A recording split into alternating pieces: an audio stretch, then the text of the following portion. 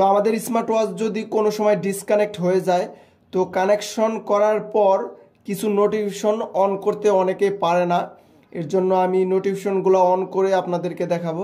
তো কানেক্ট করার পর এরকম একটা ইন্টারফেস আপনাদের আসবে। তো পুশ মেসেজ এখানে আপনি ক্লিক করবেন। তো আপনাদের যা যা নোটিফিকেশন দরকার সব কিন্তু আপনি অ্যালাউ করে দিতে পারবেন এখান থেকে, যেমন মেসেজ, তারপর ফেসবুক, টুইটার এবং হোয়াটসঅ্যাপ, তারপর স্কাইপ, ইনস্টাগ্রাম বা আপনার যা যা প্রয়োজন সব কিছু দিতে পারবেন। এবং এগুলো আছে, এর বেশি কিন্তু আর দিতে পারবেন না। বা অনেকগুলোতে ভাইবার থাকে, তারপর আরও অনেক কিছু থাকে, কিন্তু এটাতে বেশি নাই, শুধু Skype, Instagram, WhatsApp, Twitter, Facebook message এগুলো আছে। অন্য অন্য ওয়াচে কিন্তু আরও অনেক অপশন থাকে।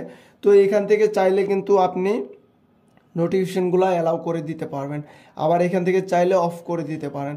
আপনি চাইলে ইনস্টাগ্রাম যদি অন করে দেন তাহলে কিন্তু অবশ্যই এখানে ইনস্টাগ্রামের নোটিফিকেশন আসবে, যদি অফ করে দেন তাহলে কিন্তু কখনোই নোটিফিকেশন আসবে না। তো এই জিনিসটাও কিন্তু একদমই ইজি, আপনারা ঠিক মেসেজ নোটিফিকেশনগুলো এইভাবে অ্যালাউ করে দেবেন। তো তারপরেও আপনাদের যে কোনো স্মার্ট ওয়াচের সমস্যা হলে আমাদেরকে কমেন্ট করতে পারেন, আমরা তা কমেন্টের রিপ্লাই দিয়ে দেবো সাথে সাথে। তো মেসেজ নোটিফিকেশন অ্যালাউ করা একদম ইজি, এবং আপনারা যদি না বুঝতে পারেন তাহলে আমাদেরকে ফোন দিবেন, আমরা তা ফোনের মাধ্যমেও সংশোধন করে দিব ইনশাল্লাহ।